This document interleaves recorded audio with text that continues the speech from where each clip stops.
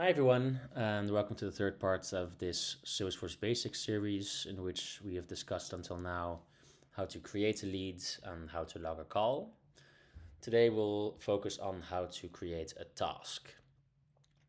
So, quick recap of what we've done so far. Like I said, we've created a lead called John Doe.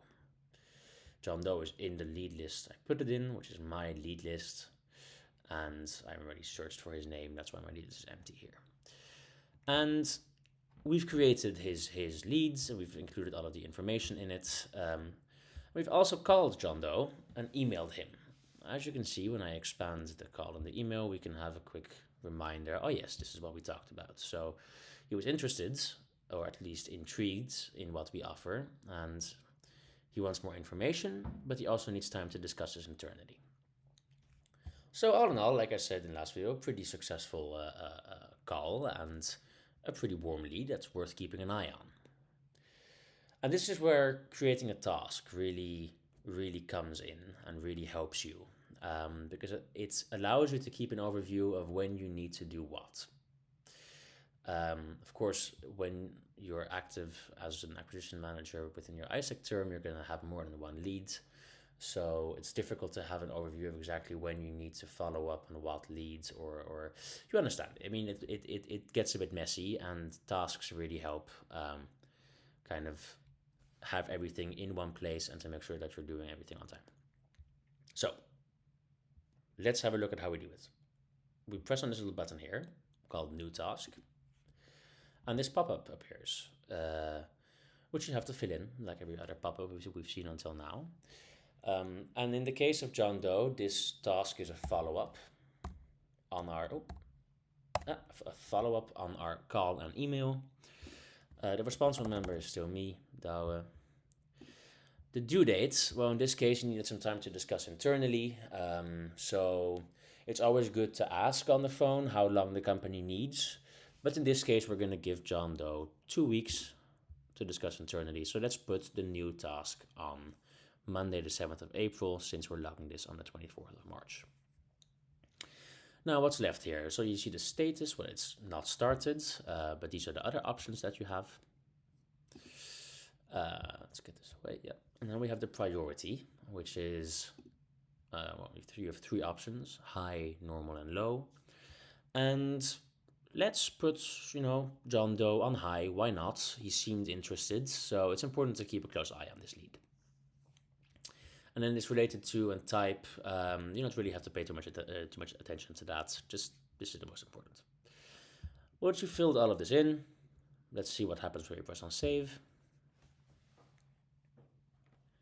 There we go. We see that we have a new task in our activity overview, which is a follow-up task with high importance, of high priority, on the 7th of April. And if you expand it, you see that there's a description, but we didn't really add any description, but we do want to. And the reason why we want to is because we want to keep fresh in our minds what we have to do during the follow-up. It needs to be clear. So you can just simply press on this follow-up button here, and in the comments add reach out to John again to see if he had time to discuss internally with his colleagues. There we go.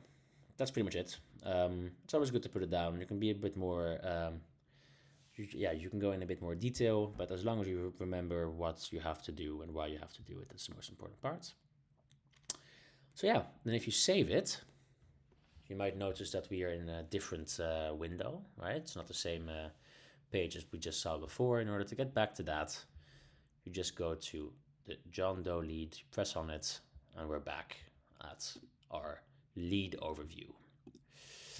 So yeah, this was how to make a task. And now I'm going to quickly talk about and quickly touch upon how to find the task. So You might also be thinking like, we just made one, but how do we find it, and how do we remember to do it on the 7th? We have, or at least you should have, and if you do not, ask your LCVP in order to make one for you, a task list. So it's next to my lead list, and as you can see, all of the other team members also have one: lead task, lead task. But this one is in mine because I'm the one that made it. And if you open it, you see that there's a list of tasks, long list of tasks that are in this list. So you can see that there's a different thing, that there's a difference in color as well. You have some black ones, and you have some red ones. And the difference between these due dates is that red, you're too late, and black, you're still on time.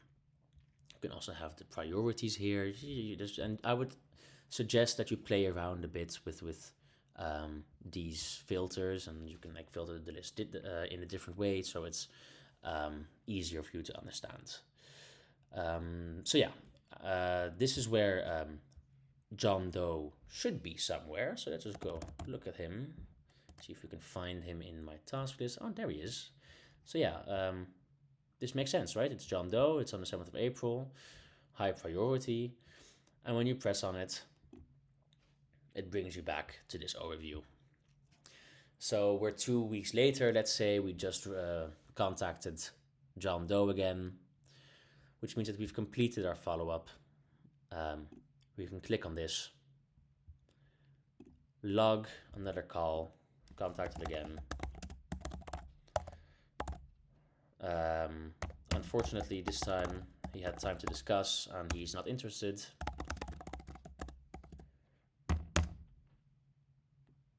And there you go.